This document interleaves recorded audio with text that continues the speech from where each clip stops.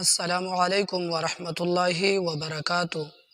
محترم سامعین او ناظرین، زما د نننۍ ویډیو مقصد صرف طلباو او خاص کر علماو ته یو پیغام دی. در اصل کې بیګام ما د یو میډیا والا یو چینل کتلو، په هغه کې یو میډیا والا سوشل ورکر هغه دا سوال کوي، هغه ډېرې خبرې کړي او ډېر اعتراضات یې کړي دي د علماو پسې او خاص کر حضرت مولانا فضل الرحمن حفظه الله ورعاه پسې هغه پسې ډېرې بدې ردې ویلي دي، خو لیکن ټولو کې مین او پوینټ خبره دا ده چې ورته لیکلي دي دا دین فروش دی.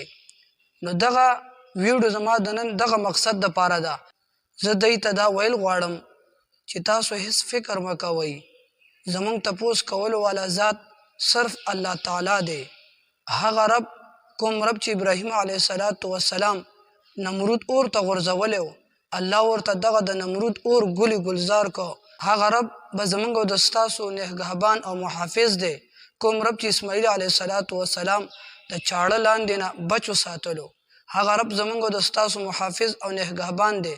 کوم رب چې حضرت یونس علیه السلام د مهي په ګېډه کې ورته زندگی ورکړله، زموږ او د ستاسو محافظ او نگهبان هغه رب دی.